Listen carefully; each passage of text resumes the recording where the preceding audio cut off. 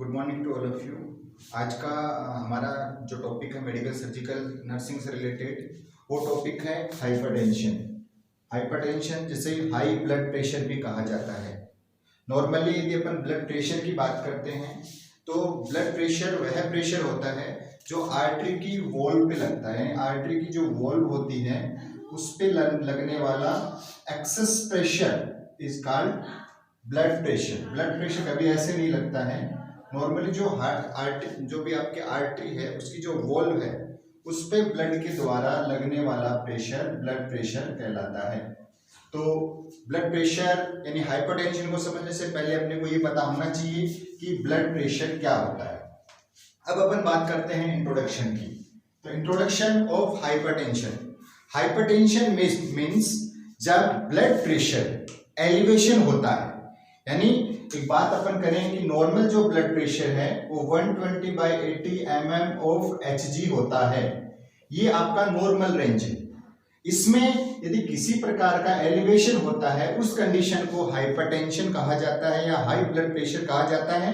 यदि इसमें किसी भी प्रकार का डिक्लाइन होता है, डिक्रीज होता है, वह हाइपोटेंशन कहलाता है। जो आपको नेक्स्ट जो क्लास रहेगी, नेक्स्ट वीडियो जो रहेगा उसमें आपको इसके बारे में एक्सप्लेनेशन मिलेगा। अब यदि अपन बात करें हाइपरटेंशन की तो नॉर्मली हाइपरटेंशन जो है वो हाइपरटेंसिव डिसऑर्डर्स के साथ भी आ सकता है।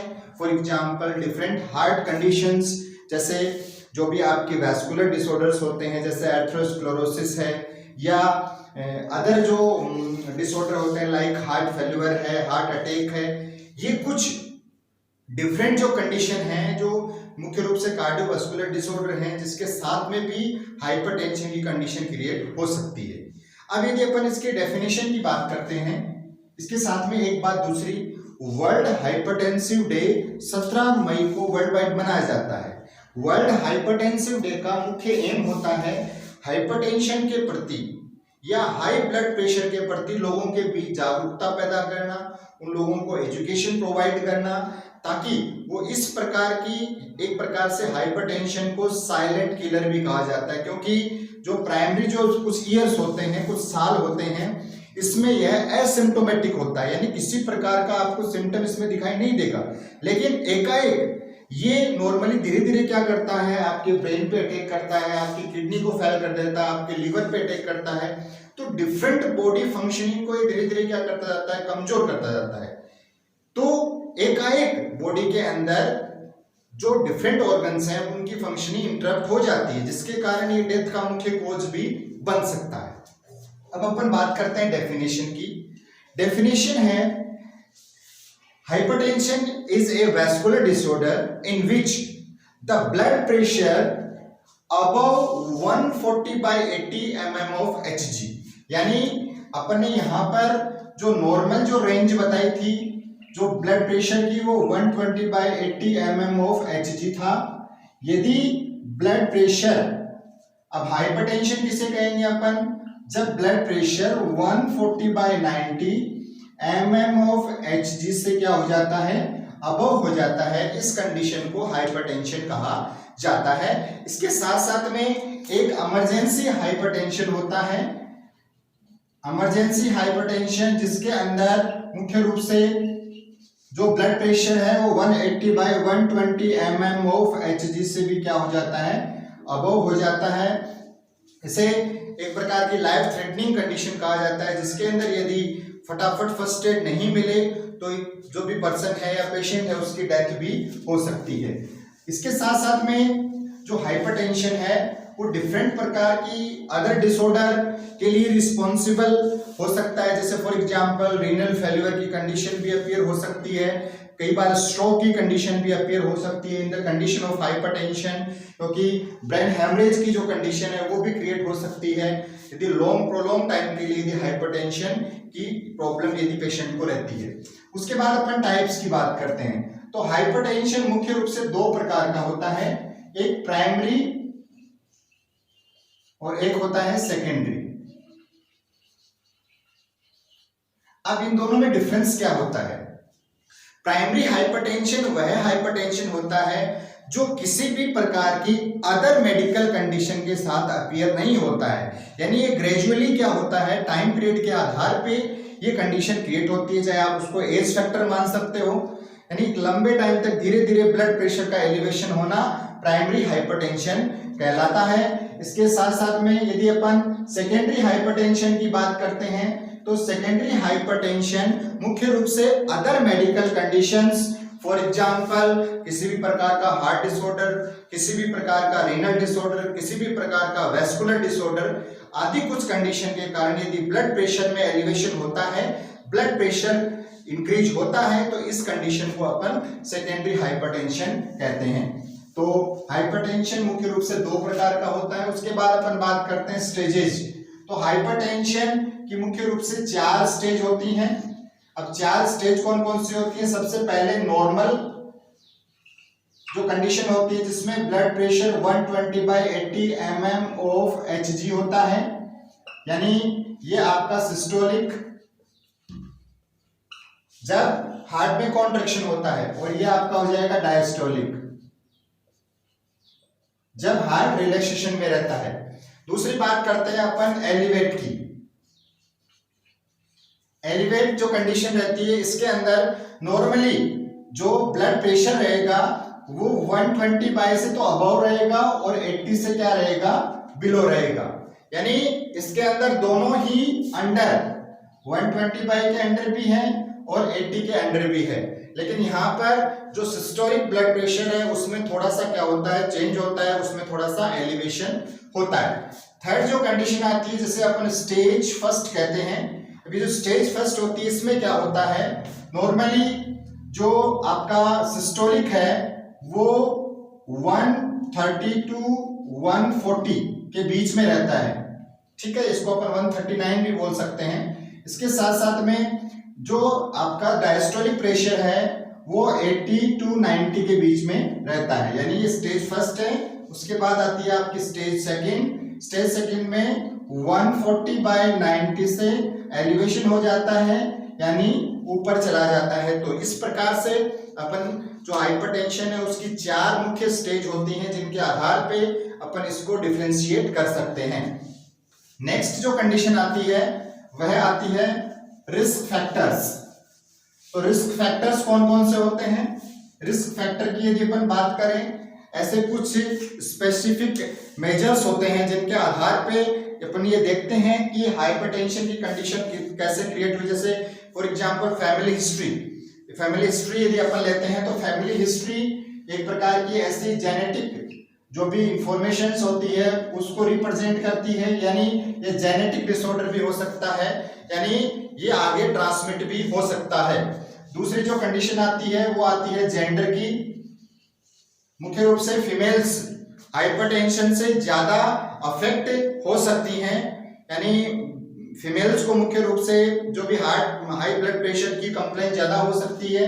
देन एज ग्रुप, एज के बढ़ने के साथ साथ भी हाइपरटेंशन की कंडीशन क्रिएट हो सकती है, एक रिस्क रहता है, क्योंकि मुख्य रूप से जो हाइपरटेंशन है वो मुख्य रूप से ब्लड वेसल्स पे इफेक्ट क्रिएट करता है। तो ब्लड वेसल्स की जो इलास्टिसिटी है वो थोड़ी सी इंटरप्ट हो जाती है। इसके बाद बात करते हैं अपन रेस की।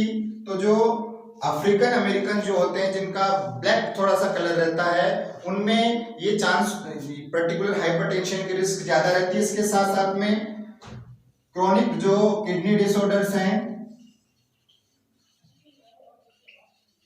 तो क्रोनिक किडनी डिसऑर्डर में मुख्य रूप से किडनी का एक्सक्रीटरी जो रेट है वह मुख्य रूप से यदि प्रॉपर रेगुलेशन में नहीं है, किडनी प्रॉपर फंक्शन नहीं कर पा रही है, तो भी ये एक प्रकार का रिस्क फैक्टर होता है। इसके अलावा कुछ मॉडिफाइंग फैक्टर्स होते हैं जिनके अंदर लैक ऑफ फिजिकल एक्टिविटी, यानी आप बिल्कुल एक्टिविटी नहीं करते हैं। इसके अलावा आपकी जो डाइट है वो बैलेंस डाइट नहीं है, यानी आपकी डाइट में सोडियम की मात्रा ज्यादा है। इसके साथ साथ में आप ओबेस हो, यानी आपका वेट जो है वो बॉडी मास इंडेक्स के अनुसार नहीं है, यानी ओबेस हो आप। इसके अलावा ज्यादा मात्रा में अल्कोहल का इंटेक करना। इसके अलावा स्लीप एपनिया, यानी आप प्रॉपर इंसोम्निया की कंडीशन में आपको प्रॉपर नींद नहीं आ रही है। देन एलिवेटेड कोलेस्ट्रॉल लेवल, चाहे वो बैड कोलेस्ट्रॉल हो, बैड कोलेस्ट्रॉल लेवल ज्यादा होना, टोटल कोलेस्ट्रॉल लेवल ज्यादा होना, ट्राइग्लिसराइड का बढ़ना, ये कुछ स्पेसिफिक मॉडिफाइंग रिस्क फैक्टर्स होते हैं। इसके साथ साथ में डायबिटीज की कंडीशन, इसके साथ साथ में स्ट्रेस की कंडीशन और स्मोकिंग, एक्सेसिव स्मोकिंग, ये कुछ प्रकार के मॉडिफिकेशन या मॉडिफाइड फैक्टर्स होते हैं जो हाइपरटेंशन के लिए रिस्पॉन्सिबल होते हैं। अब अपन बात करते हैं कोज की। तो कोज को यदि अपन डिफरेंशिएट करना चाहें तो इसको अपन प्राइमरी और सेकेंडरी दो प्रकार से अपन इसको क्लासिफाई करते हैं, प्राइमरी हाइपरटेंशन और सेकेंडरी हाइपरटेंशन। तो प्राइमरी जो हाइपरटेंशन होता है उसका जो भी इटियोलॉजी है वो स्पेसिफिक नहीं होता है, यानी स्पेसिफिक इसका कोई कोज नहीं होता है, यानी इसकी इटियोलॉजी जो होती है वो अननोन होती है। जबकि सेकेंडरी जो आपका हाइपरटेंशन होता है वह कंडीशन में मुख्य रूप से कुछ ऐसे एडिशनल जो बॉडी की जो डिफरेंट फंक्शनिंग है वो इंटरप्टेड होने के कारण इस प्रकार की कंडीशन क्रिएट होती है, जैसे ऑब्स्ट्रक्टिव स्लीप एपनिया अपन जिसको बोल सकते हैं, नींद नहीं आना यानी स्ट्रेस की कंडीशन में रखना, कुछ प्रकार की किडनी प्रॉब्लम जिसमें मुख्य रूप से वाटर रिटेंशन ज्यादा हो रहा है, सोडियम रिटेंशन ज्यादा हो रहा है, ऐसी कुछ कंडीशन, एड्रिनल ग्लैंड ट्यूमर जो कि मुख्य रूप से एल्डोस्टेरोन का सिक्रीशन नहीं हो पा रहा है जिसके कारण भी जो मुख्य रूप से ब्लड प्रेशर रेगुलेशन नहीं हो पा रहा है। इसके साथ साथ में कुछ थायराइड प्रॉब्लम्स हो सकती हैं, थायराइड की प्रॉब्लम हो सकती है, कुछ डिफरेंट प्रकार के कंजेनाइटल डिफेक्ट्स हो सकते हैं जिसमें सेप्टल डिफेक्ट मान लो आप या वाल्वुलर डिफेक्ट मान लो, ये भी कुछ मुख्य रूप से पॉजिटिव फैक्टर्स होते हैं। इसके साथ साथ में सर्टेन बर्थ कंट्रोल मेडिकेशंस या पिल्स होती हैं जिनका भी एक्सेसिव यूज करने पे भी मुख्य रूप से हाइपरटेंशन की कंडीशन क्रिएट हो सकती है। इसके अलावा कुछ इनलीगल जो ड्रग्स होती हैं जैसे कोकीन वगैरह है, तो ये कुछ ड्रग्स भी मुख्य रूप से हाइपरटेंशन के लिए पॉजिटिव फैक्टर का कार्य करती हैं। तो पॉजिटिव फैक्टर्स के अंदर कुछ डिसऑर्डर, चाहे वो एपनिया हो, चाहे वो थायराइड ग्लैंड से रिलेटेड हो, चाहे वो एड्रिनल ग्लैंड से रिलेटेड हो, चाहे वो आपका डिफरेंट प्रकार के जो भी आपकी जैसे कुछ मेडिकेशंस हैं, कुछ इनलीगल मेडिकेशंस हैं, कुछ कंजेनाइटल डिफेक्ट्स हैं, तो ये प्रकार से इसको कॉज करते हैं। नेक्स्ट जो है वो है पैथोफिजियोलॉजी।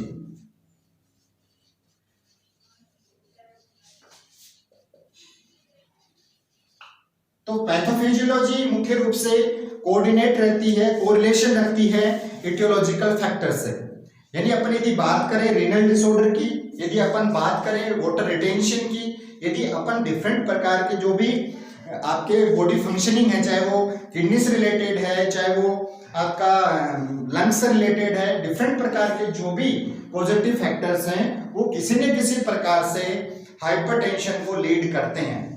यानी मुख्य रूप से उन्हीं के द्वारा हाइपरटेंशन लीड होती है, क्योंकि यदि वेसल्स के अंदर फ्लूइड का ओवरलोड बढ़ेगा तो ये भी एक मुख्य रूप से एक स्पेसिफिक रोल प्ले करेगा। इसके अलावा एंडोक्राइन जो सिस्टम है जिसमें मुख्य रूप से आपका पैंक्रियाज आता है, जिससे इंसुलिन प्रोडक्शन होता है, यदि इंसुलिन का प्रोडक्शन नहीं होगा तो पेशेंट को डायबिटिक कंडीशन आ जाएगी।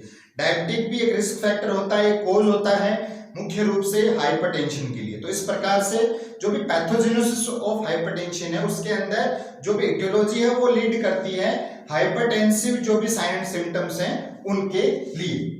नेक्स्ट जो पोर्शन आता है वह आता है साइन एंड सिम्टम्स।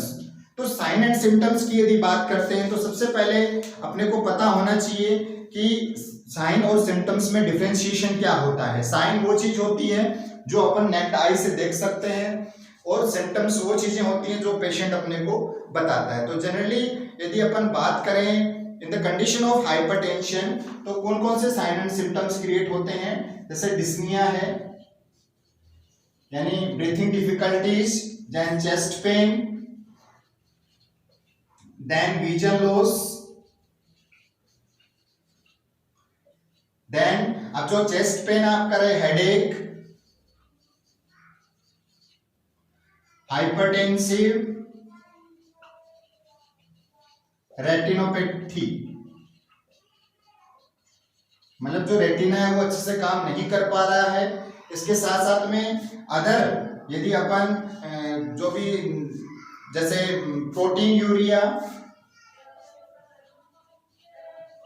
यानी यूरिन के अंदर प्रोटीन की मात्रा ज्यादा होना, एक्सेस मात्रा होना, ये भी एक प्रकार का मुख्य जो भी आपका सिम्टम्स आता है, इसके साथ साथ में यदि अपन देखें मुख्य रूप से साइन आता है।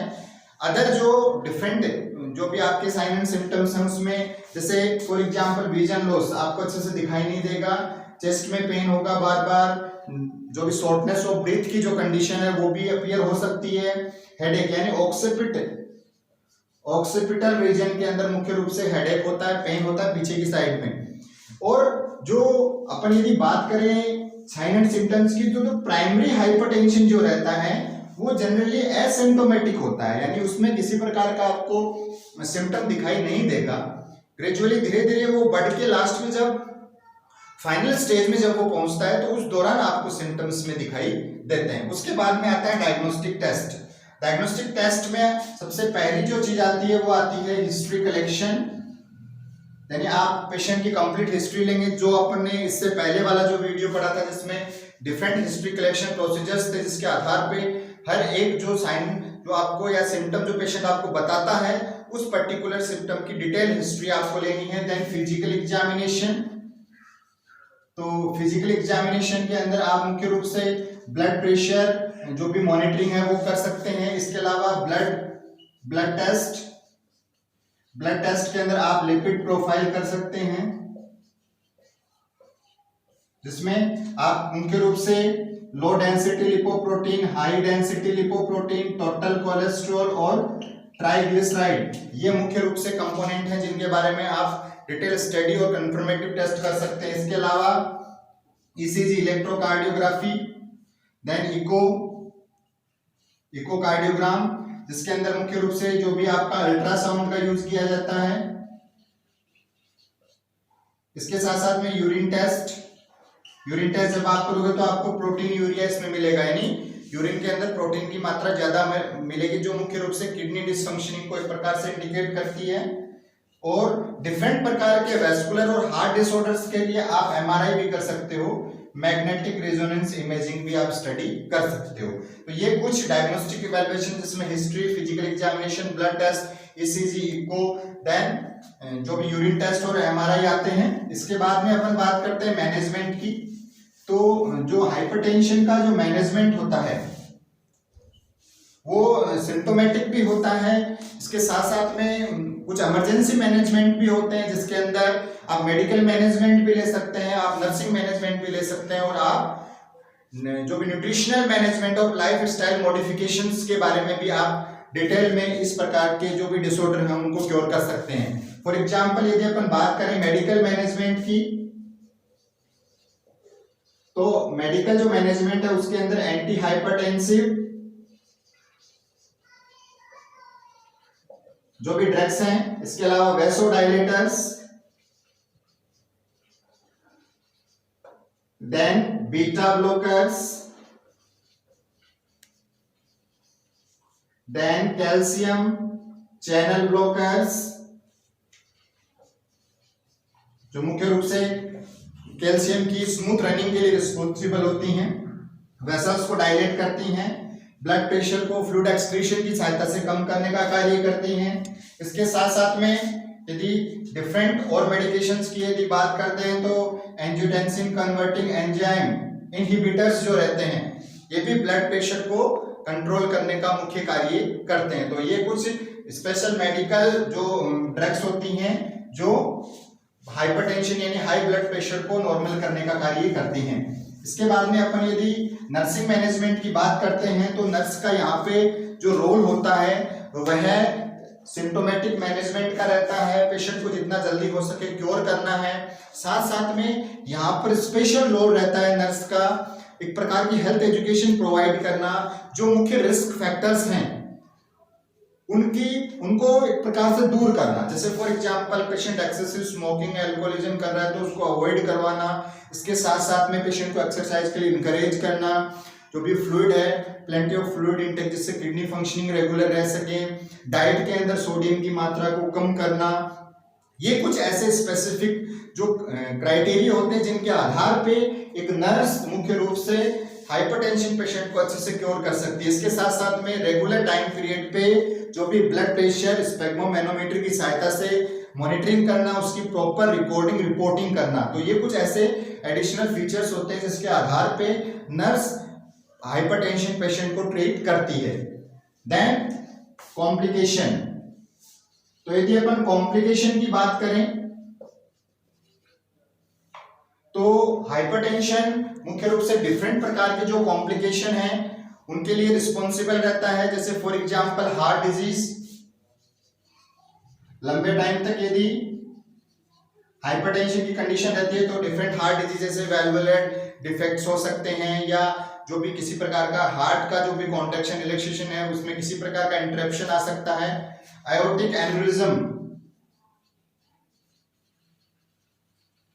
एओर्टिक एन्युरिज्म का मतलब होता है आयोटा जो होता है वो ब्रॉड हो जाता है कंपेयर टू 1.5 टाइम्स ब्रॉड हो जाता है नॉर्मल जो उसका लूमेन होता है ना उससे। इसके अलावा आई डिसफंक्शनिंग में आपको पता ही है विजन लॉस हो जाता है, हाइपरटेंशन रेटिनोपैथी की कंडीशन आ सकती है, या कंप्लीट विजन लॉस भी कुछ कंडीशन में हो जाता है। इसके बाद में ब्रेन, यदि हाई ब्लड प्रेशर रहेगा तो ब्रेन हैमरेज होने के चांसेस रहते हैं।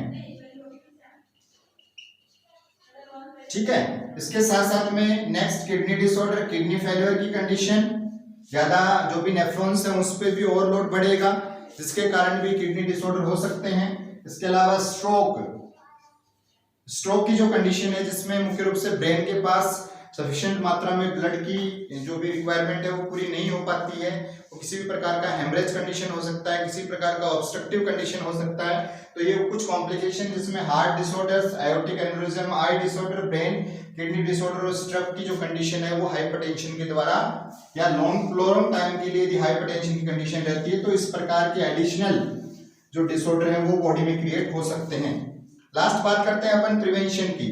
तो प्रिवेंशन बेटर देन क्योर, यदि आप अपनी बॉडी को फिट रखेंगे, आप एक जो भी नॉर्मल वेट है बॉडी का वो रखेंगे, स्मोकिंग और जो भी अल्कोहलिज्म है उसको एक लिमिटेशन में रखेंगे, इसके अलावा एक्सेस मात्रा में डिफरेंट प्रकार की जो भी पेन किलर मेडिकेशंस हैं या डिफरेंट प्रकार की जो इनलीगल मेडिकेशंस हैं उनका उपयोग बहुत ज्यादा कम करेंगे, और जो भी डाइट है उसके अंदर आप साल्ट की मात्रा कम रखेंगे तो आप निश्चित तौर पे हाइपरटेंशन से क्योर रह सकते हैं, अपनी बॉडी को हाइपरटेंशन से दूर रख सकते हैं।